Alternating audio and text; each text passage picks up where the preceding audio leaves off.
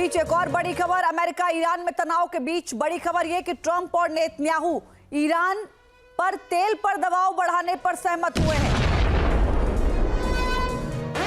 Trump और Netanyahu ईरानी तेल पर दबाव बढ़ाने पर सहमत हुए हैं। ये बड़ी खबर इस वक्त आपको बता दें, थोड़े दिन पहले ही नेतन्याहू और ट्रंप की मुलाकात भी हुई थी। इजराइल लगातार अपने हितों को लेकर ईरान पर प्रतिबंध लगाने की बात अमेरिका से करता रहा है और इस बीच जो जानकारी सामने आ रही है वो ये कि ट्रंप और नेतन्याहू ईरानी तेल पर दबाव बढ़ाने पर सहमत हुए हैं।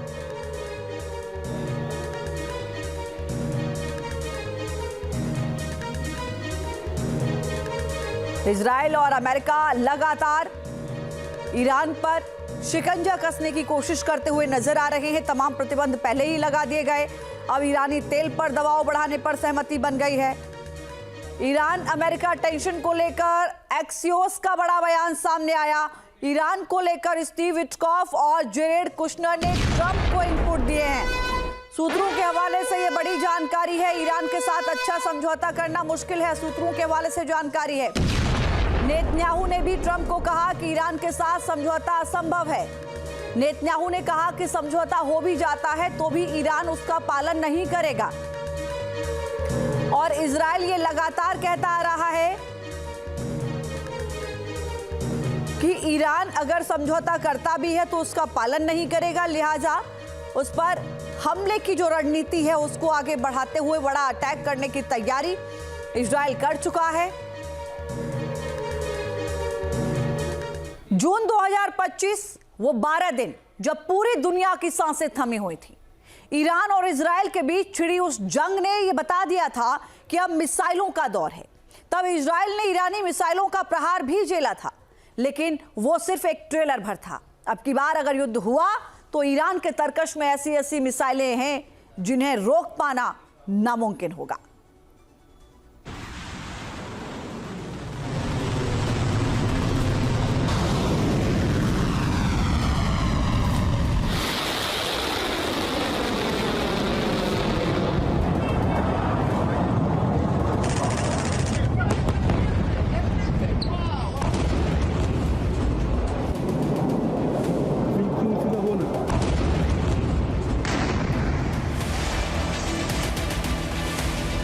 दो 2025 में 12 दिन का ईरान इजराइल युद्ध।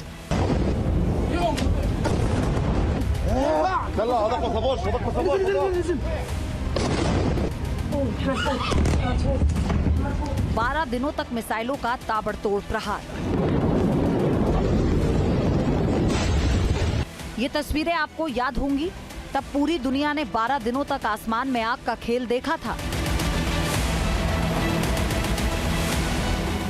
लेकिन उस आग का सामना जमीन से सैकड़ों फीट नीचे छिपा था।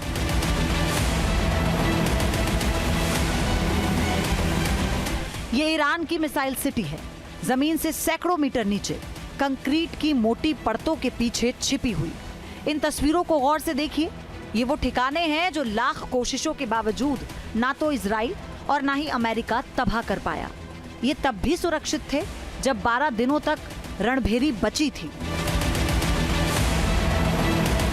ये अब भी सुरक्षित हैं। अब अमेरिका हमले की तैयारी कर रहा है। 17 फरवरी को अगर बातचीत फेल होती है तो अमेरिका चुप नहीं बैठेगा। 17 फरवरी को अगर ईरान अमेरिकी शर्तों को मानने से इनकार करता है तो युद्ध होगा। अगर ईरान पर हमला करता है तो वो मिसाइलें भी गरजेंगी जो कभी गरजी ही नहीं थी। पूरी दुनिया 17 फरवरी को होने वाली अमेरिका और ईरान की बातचीत का इंतजार कर रही है।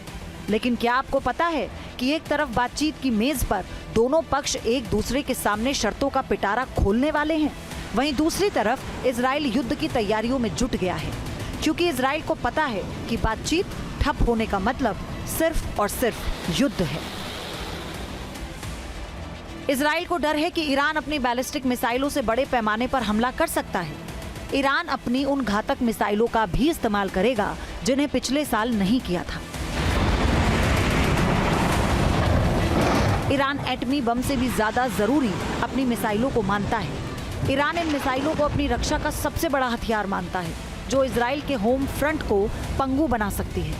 पिछले साल ईरान ने इजराइल पर सैकड़ों मिसाइलें दागी थी, जिससे इजराइल को भी भारी नुकसान हुआ था और इसकी इंटरसेप्ट मिसाइलों का स्टॉक कम हो गया था।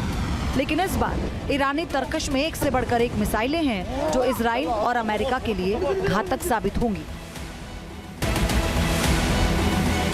ईरान के शस्त्रागार में कुछ ऐसी मिसाइलें भी हैं जिनसे इजराइल का आयरन डोम और एयर डिफेंस सिस्टम भी कांप सकता है। ये वो मिसाइलें हैं जिनका इस्तेमाल पिछले साल ईरान ने किया ही नहीं था। ये 3 मिसाइलें हैं। खुर्रम शहर 4 ईरान की सबसे ताकतवर मिसाइलों में से एक, जो लिक्विड फ्यूल बैलिस्टिक मिसाइल है, जिसकी मारक क्षमता है 2000 किलोमीटर। इसकी सबसे बड़ी ताकत इसका 1500 किलोग्राम का भारी भरकम वॉरहेड है। ये मिसाइल मिड कोर्स फेज में ही अपनी दिशा बदल सकती है, जिससे इसे इंटरसेप्ट करना करीब नामुमकिन है। 12 दिनों के युद्ध में ईरान ने इसे रिजर्व रखा, जो शायद बड़े हमले की तैयारी का हिस्सा था। दूसरी मिसाइल है रिजवान। ये मध्यम दूरी की एक बैलिस्टिक मिसाइल है, जिसे पहली बार 2022 में दुनिया के सामने पेश किया गया था। इसकी मारक क्षमता 1400 किलोमीटर है। इसकी सबसे बड़ी खूबी इसका डिटैचेबल वॉरहेड है। रिजवान मिसाइल हाइपरसोनिक स्पीड से एटमॉस्फेयर में एंटर करती है। ये इजराइल के किसी भी कोने को निशाना बनाने में सक्षम है। इस लिस्ट में तीसरा नाम है डेसफुल, जो कि जुल्फिकार मिसाइल का उन्नत संस्करण है। इस मिसाइल की रेंज 1000 किलोमीटर है और ये जमीन पर रखे लॉन्चर से बेहद तेजी से दागी जा सकती है।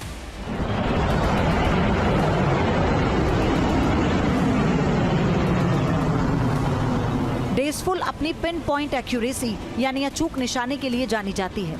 ये मिसाइल इजरायली सैन्य ठिकानों और एयरबेस को तबाह करने के लिए बनाई गई है।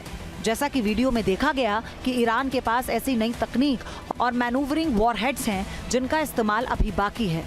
अगर युद्ध 12 से बढ़कर 15 दिन चलता है तो शायद इन मिसाइलों का सामना करना इजराइल के लिए नामुमकिन होता।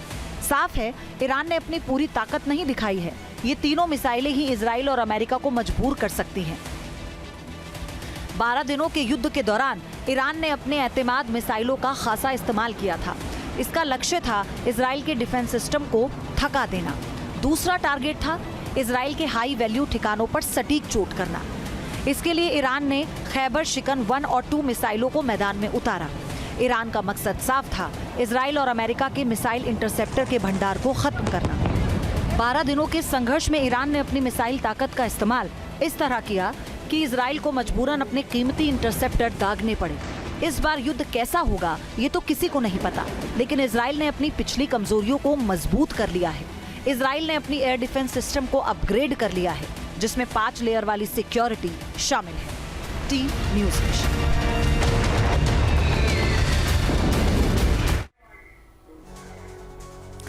अब हम आपको बताते हैं कि ईरान के पास कौन कौन सी मिसाइलें हैं जो वाकई अमेरिका और इजराइल को भी सोचने पर मजबूर करती हैं।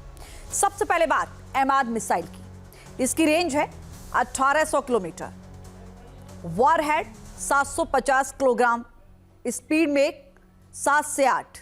तब ईरान के कई दर्जन एमाद मिसाइलें दागी थी, यानी कि 2025 में जब हमला हुआ था इजराइल की ओर से, जो इजराइल के सेंट्रल और नॉर्दर्न क्षेत्रों को निशाना बनाती रही और इनसे तेल अवीव, हाइफा, रामात गान प्रभावित हुए थे। एक एमाद मिसाइल ने एक पावर स्टेशन को हिट किया था, जिससे ब्लैकआउट और इकोनॉमिक डैमेज हुआ था। कुल मिलाकर इन मिसाइलों ने इजरायली डिफेंस को सैचुरेट करने में भूमिका निभाई थी। खैबर शिकन, अगर इस मिसाइल को आप देखें तो ये सॉलिड फ्यूल वेस्ट रेंज है इसकी 1400 से 1500 किलोमीटर, वॉरहेड 500 से 600 किलोग्राम ले जाने की क्षमता, स्पीड में 8, और ये ईरान की नई जनरेशन मिसाइल है जो क्विक लॉन्च और मैन्यूवरेबल है। खैबर शिकन का इस्तेमाल युद्ध के बीच में हुआ जब ईरान ने इजरायली डिफेंस को सैचुरेट करने की कोशिश की। इनसे बतियाम और रेहोवोत में हमले हुए थे, जहां 5 मौतें हुई थी और कई लोग घायल हुए थे। एक हमले में ऑयल रिफाइनरी भी क्षतिग्रस्त हो गई थी। आप सोचिए कि कितना बड़ा असर इसका इजराइल पर हुआ था। आगे हज कासिम, ये सॉलिड फ्यूल मिसाइल है। इसकी रेंज है 1300 किलोमीटर, वॉरहेड 500 किलोग्राम ले जाने में सक्षम, स्पीड में 7। हज कासिम मिसाइल का इस्तेमाल मिलिट्री साइट्स पर फोकस के साथ किया गया था।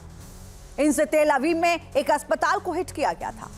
अब आप आइए फतेह 1 हाइपरसोनिक मिसाइल पर। इसकी स्पीड में 5, रेंज 1400 किलोमीटर, वॉरहेड 500 किलोग्राम ले जाने में सक्षम।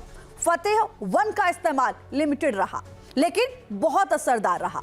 इनसे जेरूसलम और हाइफा में हमले हुए थे जहां 4 लोगों की मौत हुई थी और इसकी वजह से एक पब्लिक स्क्वायर क्षतिग्रस्त भी हुआ था।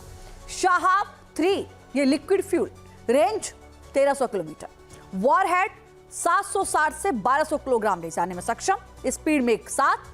शहाब 3 का इस्तेमाल शुरुआती वेव्स में हुआ था। इनसे सेंट्रल इजराइल में इक्विप किए गए थे। एक हमले में बेन गुरियन एयरपोर्ट प्रभावित हुआ था। इसकी ताकत को आप समझिए और इसके बाद आप समझिए क्याम 1 मिसाइल को। इसकी रेंज है 700 से 800 किलोग्राम, वॉरहेड 650 किलोग्राम। क्याम 1 का इस्तेमाल शॉर्ट रेंज टारगेट के लिए होता है क्योंकि इसकी रेंज भी आप देखिए 700 से 800 किलोमीटर की दूरी पर रहती है और इनसे नॉर्दर्न इजराइल पर हमले किए गए थे क्योंकि उसकी दूरी को यहां से भेद पाना इन मिसाइलों के जरिए बहुत आसान रहा था। तो इन मिसाइलों का इस्तेमाल जो 2025 में ईरान इजराइल के खिलाफ कर चुका है, इनकी ताकत तो इजराइल ने देखी है, लेकिन इस बीच 2025 से लेकर अब तक ईरान ने अपना मिसाइल जखीरा और ज्यादा मजबूत किया।